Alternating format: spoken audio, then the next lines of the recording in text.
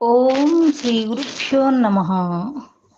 ఓం శ్రీ సరస్వత్యై నమ. ఏవిబి సుబ్బారావు గారి ఆధ్యాత్మిక బృందం వారి సౌజన్యంతో వైశాఖ పురాణం 21వ అధ్యాయము పాంచాల రాజు సాయుధ్యము. నారదుడు అంబరీషునితో తరువాతి వృత్తాంతమును ఇట్లు చెప్పసాగెను. శృతదేవ మహాముని శృతకీర్తి మహారాజుతో ఇట్లనెను. పాంచాల రాజు శ్రీహరిని చూచి సంతోషపడిన వాడై వెంటనే లేచి శ్రీహరికి నమస్కరించెను. ఆనంద బాష్పములను విడుచుచుండెను. సర్వజగములను పావనము చేయు గంగానది పుట్టుకకు కారణములకు శ్రీహరి పవిత్ర పాదములను కడిగి ఆ పవిత్ర జలమును తనపై జల్లుకొనెను. విలువైన వస్త్రములు, ఆభరణములు, గంధ పుష్పాదులు, పుష్పమాలలు, ధూపములు, అమృతప్రాయములకు నివేదనలు, తన శరీరము, తన ధనము, తన సర్వస్వమును శ్రీహరికి సమర్పించెను. ప్రాచీన పురుషుడు, నిర్గుణుడు, సాటిలేని వాడునగు శ్రీ మహావిష్ణువును ఈ విధంగా స్తుతించెను. స్వామి, నీవు దేనియందును ఆసక్తుడవు కావు, ఏదియు అంటని వాడవు, సృష్టికర్తలకు అధిపతివి, పరాత్పరుడవు. నీ మాయకు లోబడిన తత్వవేత్తలను సృష్టికర్తల నెరుగు విషయమున అజ్ఞానవంతులగుచున్నారు. తత్వవిధులను మాయాచరితములైన గుణముల యందు చిక్కుకొని విచిత్రమగు భగవంతుని చేష్టలెరగక లేకున్నారు. కోరిక లేని ప్రభువా, దీనినంతయు సృష్టించిన వాడవు నీ ఒక్కడవే. ఈ ప్రపంచమును సృష్టించిన వాడవు, రక్షించువాడవు, నశింపజేయువాడవును నీ ఒక్కడవే. స్వామి, నీవు కోరికలన్నీ తీరిన వాడవు. అయినను దేవాసురులకు సుఖ దుఃఖములను కలిగించుటకై సత్వగుణమునంది శిష్టరక్షణకు అవతరించుచున్నావు. తమోగుణమున దుష్టులను శిక్షించుతువు, రజోగుణమున రాక్షసులను నిగ్రహించుచున్నావు. దైవవశమున నీ పాదము నమస్కరించి వారి పాపములను పోగొట్టును. హృదయమున భావన చేసినచో శుభయోగములకు పరిపాకమును కలిగించి తీర్థమగుచున్నది.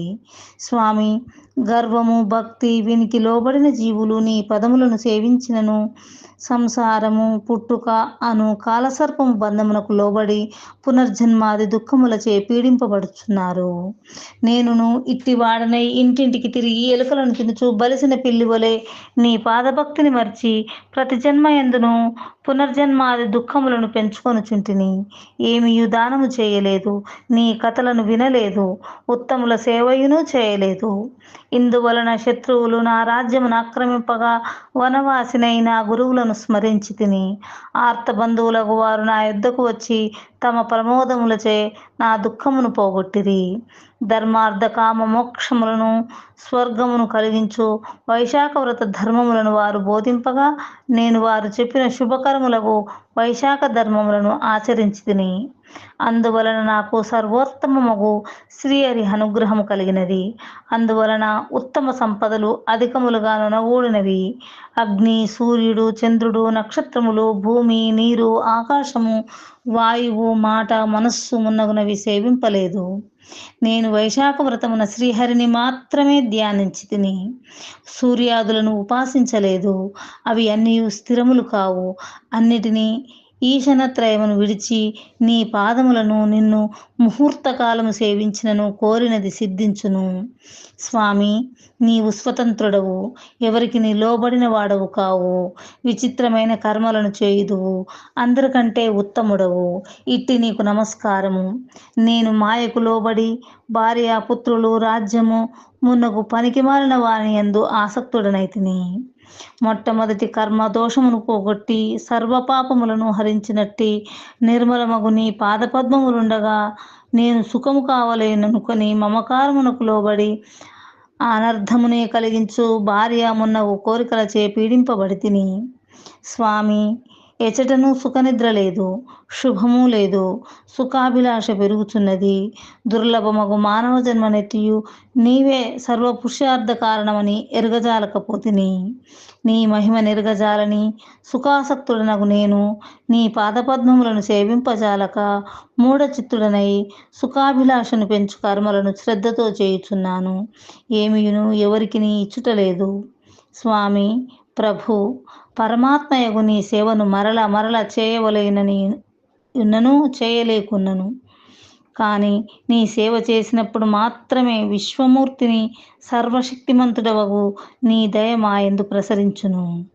సత్పురుషుల సందర్శన భాగ్యము కలిగినచో సాగర భయంకరమైన సంసారము గోవుపాదమంత చిన్నది అగును.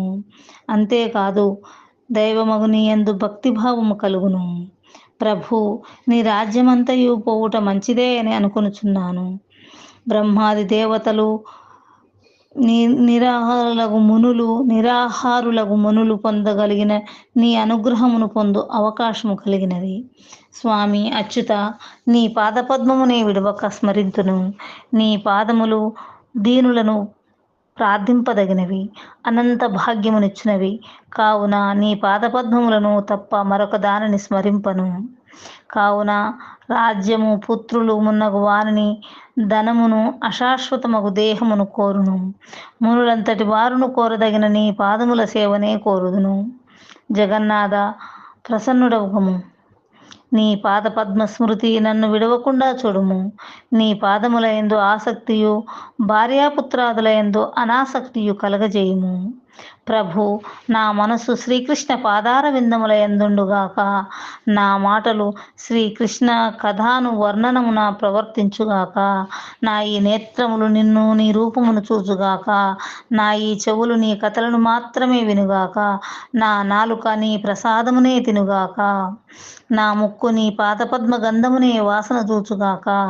నీ భక్తులకు పూసిన గంధమునే వాసన చూచుగాక. స్వామి, నా హస్తములు నీ మందిరమును ఊడ్చుట మొదలగు పనులను చేయుగాక. నా పాదములు నీ క్షేత్రములున్న చోటకు, నీ కథలు చెప్పు చోటకు మాత్రమే వెళ్ళుగాక. నా శిరమున నీకై నమస్కారము నిమగ్నమవుగాక. నీ కథలను వినుటయందే నాకు కామము, కోరికలు కలుగుగాక. నా బుద్ధి నీ చింతనమునందు ఆసక్తమగునుగాక. నీ కథలను తలుచుకొనుటతో దినములు నాకు గడుచుగాక. నీ ఇంటికి వచ్చిన సజ్జనులచే నీ స్మరణను వినుటచే గడుచుగాక. నీ ప్రసంగములే నీ క్షణమైనను గడవకుండుగాక. ప్రభు, బ్రహ్మ పదవి అక్కరలేదు, చక్రవర్తిత్వము అవసరము లేదు, మోక్షమును కోరను. నీ పాదసేవను మాత్రమే కోరుదును. నీ పాదసేవయు లక్ష్మీదేవి, బ్రహ్మ మున్నగు వారు కోరుదురు. కానీ వారికి నీ పాదసేవ సులభము కాదు. వారికి దుర్లభమైన నీ పాదసేవను మాత్రము నేను కోరుదును, అనుగ్రహింపుము. ఇట్లు పాంచాల రాజుచే స్తుతింపబడిన శ్రీమన్నారాయణుడు పద్మముల వలెనున్న కన్నులతో ప్రసన్నుడై వానిని చూచుచూ మేఘ గంభీర స్వరముతో ఇట్లనెను. నాయన, నీవు నా భక్తుడవని, కోరికలు కల్మషములు లేని వాడవని నేను ఎరుగుదును. అందుచే దేవతలకును పొందరాని వరమును నీకిత్తును. 10,000 సంవత్సరముల దీర్ఘాయువు నందుము, సర్వ సంపదలను పొందుము. నీకు నా యందు నిశ్చలమైన భక్తియుండును, తుదకు ముక్తి నందుదువు. నీవు చేసిన ఈ స్తుతితో నన్ను స్తోత్రము చేసిన వారికి సంతుష్టుడనై భుక్తిని, ముక్తిని ఇత్తును. సందేహము లేదు. నేను నీకు ప్రసన్నుడనై ప్రత్యక్షమైన దినము అక్షయ తృతీయ తిథి. సార్థక నామమై నన్ను స్తుతించిన నా భక్తులకు అక్షయములకు భుక్తి ముక్తుల నక్షయముగా నిత్తును. భక్తిపూర్వకముగా కాకున్నను, బలవంతము వలనను, మొగమాటము వలనను, ఏదో ఒక కారణమున వైశాఖ స్నానాధికమును చేసిన వారికిని భుక్తిని, ముక్తిని ఇత్తును. ఈ అక్షయ తృతీయ యందు పితృదేవతలకు శ్రాద్ధమును నిర్వహించినచో వారికి వంశవృద్ధి, అనంత పుణ్యమునిత్తును. ఈ అక్షయ తృతీయ తిథి మిక్కిలి ఉత్తమమైనది. దీనికి సాటి అయిన తిథి లేదు. ఈనాడు చేసిన సత్కార్యము, పూజ, దానము అల్పములైనను అక్షయ ఫలములనిచ్చును. కుటుంబము గల బ్రాహ్మణులకు గోదానమిచ్చినచో వానికి సర్వ సంపదలను వర్షించి ముక్తినిత్తును.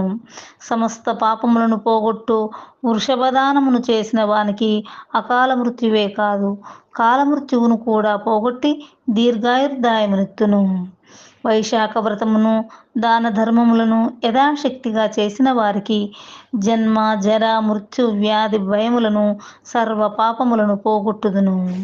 వైశాఖమున చేసిన పూజ, దానము మున్నగు వాని వలన సంతోషించినట్లుగా ఇతర మాసములందు చేసిన పూజాధికమునకు సంతోషపడను. వైశాఖ మాసమునకు మాధవ మాసం అని పేరు. దీనిని బట్టి నాకు ఈ మాసం ఎంత ఇష్టమైనదో గ్రహింపవచ్చును. అన్ని ధర్మములను బ్రహ్మచర్యాది వ్రతములను విడిచిన వారైనను వైశాఖ వ్రతము ఆచరించినచో నేను వారికి ప్రీతుడనై వరములనిత్తును. వైశాఖ వ్రతమును దానాదులను ఆచరించిన వారు తపస్సులకు సాంఖ్యయోగులకు యజ్ఞయాగాదులు చేసినా కూడా సాధ్యము కాని నా సాన్నిధ్యమును చేరుదురు. ప్రాయశ్చిత్తమే లేని వేల కొలది మహాపాపములు చేసిన వారైనను వైశాఖ వ్రతమును ఆచరించిన పాపక్షయమును అనంత పుణ్యమునిత్తును రక్షింతును. పాంచాల మహారాజా, నీ గురువులు చెప్పిన దానిని అడవిలోనున్నను భక్తి శ్రద్ధలతో ఆచరించి నాకు ప్రీతిపాత్రుడవైతివి. కావుననే ప్రసన్నుడనై నీకు ప్రత్యక్షమైతిని. నీకనేక వరములనిచ్చితిని అని పలికి శ్రీహరి అందరును చూచుచుండగానే అంతర్ధానమందెను. పాంచాల రాజును శ్రీహరి అనుగ్రహమునకు మిక్కిలి ఆనందమునందెను. శ్రీహరి యందు నిశ్చల భక్తియుక్తుడై పెద్దలను గౌరవించుచు చిరకాలము ధర్మపూర్వకముగా రాజ్యమును పాలించెను. శ్రీహరిని తప్ప మరెవరిని ప్రేమింపలేదు, గౌరవింపలేదు. భార్యాపుత్రాదుల కంటే శ్రీమన్నారాయణుడే తనకు కావలసిన వాడని నమ్మి సేవించెను. భార్యాపుత్రులు, పౌత్రులు, బంధువులు, పరివారము అందరితో కలిసి వైశాఖ వ్రతమును దాన ధర్మాదులను పలుమార్లు ఆచరించెను. చిరకాలము సర్వసుఖ భోగములనందే తుదకు శ్రీహరి సాన్నిధ్యమును చేరను. ఉత్తమమైన ఈ కథను విన్నను వినిపించినను సర్వపాప విముక్తులై శ్రీహరి సాన్నిధ్యమును చేరుదురు అని శృతదేవుడు శృతకీర్తి మహారాజునకు చెప్పెను. ఈ విధముగా నారదుడు అంబరీషునకు వైశాఖ మహిమను వివరించుచూ చెప్పెను. వైశాఖ పురాణం 21వ అధ్యాయము సంపూర్ణం. సర్వం శ్రీకృష్ణార్పణమస్తు.